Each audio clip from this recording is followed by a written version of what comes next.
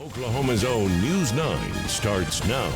It looks like a bomb went off here in Seminole County. This road is covered with debris. When I got here, I didn't even know where I was until I found the street sign. It says north. There's remnants of stained glass windows on the ground along with bricks from the building. They've got a portion of this road blocked off and you can see a motorcycle down behind me. You can see pieces of the bike covering several lanes of traffic. Police say they got a call about a suspected DUI driver that hit several cars. But unfortunately, they were on the receiving end of this tragedy following a mass shooting that happened here at St. Francis Hospital. The 4 people killed are Dr. Preston Phillips. From here, you can start to smell the stench coming from this house. Athena's disappearance has shaken this community. OSBI tells me 2 caregivers have been arrested. As we all wait for answers, people here in Surreal have created a memorial outside of Athena's home. McFadden spoke to his mother the day before the bodies were found. He told her he was going to kill himself. The police, paramedics, and firefighters all rushed to the lake around 6 to rescue the victim and his dog. The wind is picking up, the snow is picking up. You want to bundle up. I have on at least probably 4 or 5 layers. A lot of their customers don't have water. Now there's this mattress here and they tell me they have no idea how it got here. Police did confirm that this is a homicide investigation. That man was found suffering from gunshot wounds. For the past couple of days, I've been here in Amber Valley, Alberta. And this isn't just home to Canadians, but Oklahomans as well. Carl, this is the street where Mike Bradshaw raised his family. Now all that's left are piles of debris that are taller than me. His granddaughter tells me this is where she spent most of her childhood. Now all that's left are her memories.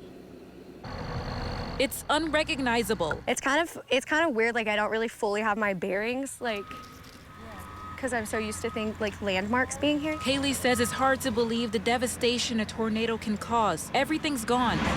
Literally everything. Like we had a well house, a shed, a house is gone. In that house was her grandfather. He was our champion. Like he loved us.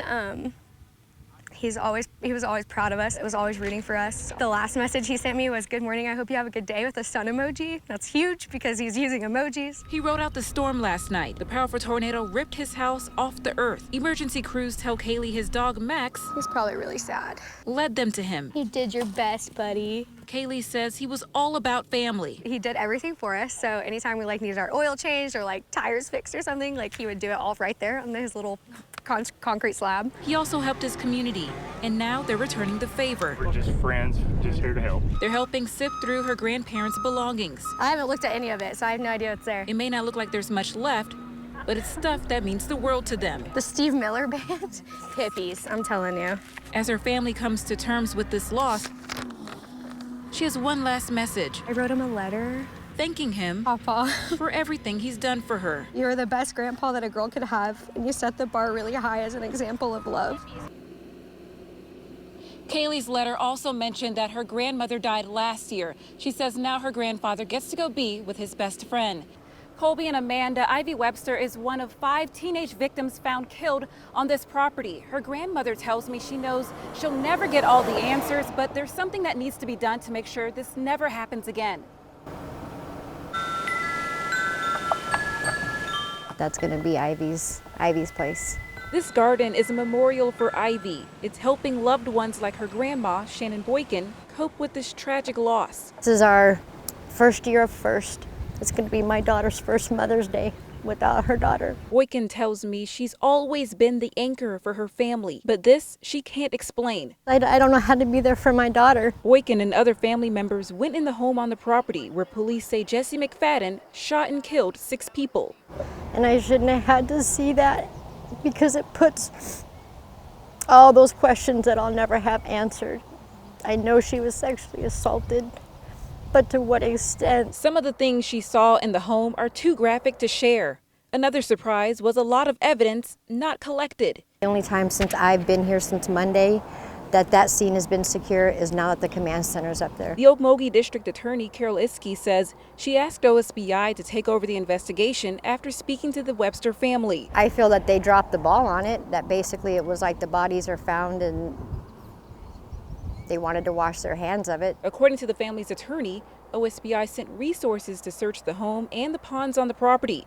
OSBI tells us the investigation is ongoing. Boykin says there's some things she knows she'll never understand. but this is work that will save another life. He was going to the kids' functions at school.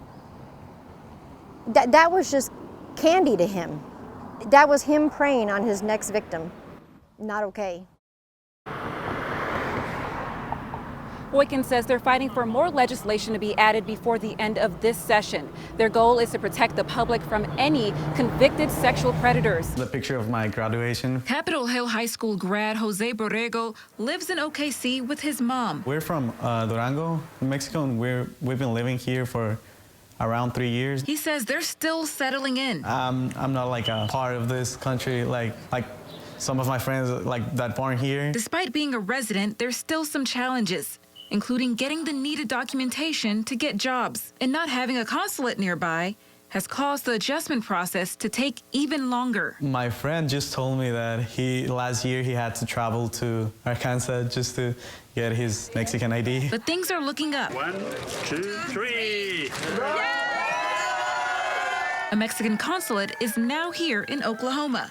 Governor Kevin Stitt says about 12% of Oklahoma's population is Hispanic or Latino. Most are Mexican American. This consulate will help around 500,000 people that live here in Oklahoma.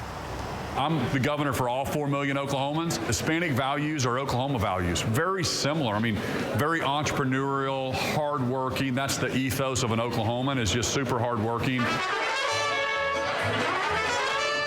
The opening celebrates years of hard work. There is also a lot of potential to grow the economic, trade, cultural, and tourist relations between Oklahoma and Mexico.